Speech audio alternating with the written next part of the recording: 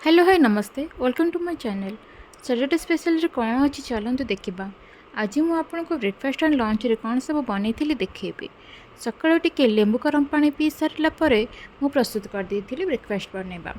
आउ आज बनई ओट्स उपमा टिके ताकू हेल्दी करने सब प्रकार वेजेस ऐड कर जमीक बीटरूट गाजर बीन्स आपण चाहिए आपण मनपसंद परिबा भी एथरे ऐड करें। आउ टिके ऊपर धनिया पत्र और लेंबू ऐड करके ये मुझे रेडी कर देती मोर ओट्स उपमा। ताको खाई सारा पर टिके रेस्ट नहीं कि आरंभ कर देती लंच प्रिपरेशन। आज मु पूरा वेज आइटम बनई सबूर तो वीडियो ये बनई पारे टिके टिके जहाँ बनई मुझे ये देखे दूचे। पूरा पूरा वेज बनाऊँगी जदि ओडिया है कि डालमा केमती बनइबेनि से तो सब ओडियांकर मनपसंदर आइटम। सो मु आज कौन सब बनई चलतु देखि नवा।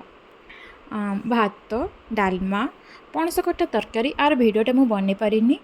तापर चिप्स बनई भेंडी भजा बनई कलरा चिप्स बनई पाचिला आंब थिला बैगण गोटा गोटा भजा थिला कदली को पतला पतला काटिक तार चिप्स बनई जमीक कलरा चिप्स सेमती देन बुंदी रायता बनई तापर खेचुड़ी टिके अल्प टिके खेचुड़ी बनई जोटा को किसी जन मीठा भात भी कहती कहीं मुझे गुड़ पटे पकई से मीठा भात कहूँ। यहाँ तो थी मोर आइटम जोटा कि मुझे आज बनई वेज आइटम। तो यही आ मो वीडियो को भल लगी लाइक कर दिंतु आ मो चैनल को सब्सक्राइब कर दिंतु। Thank you.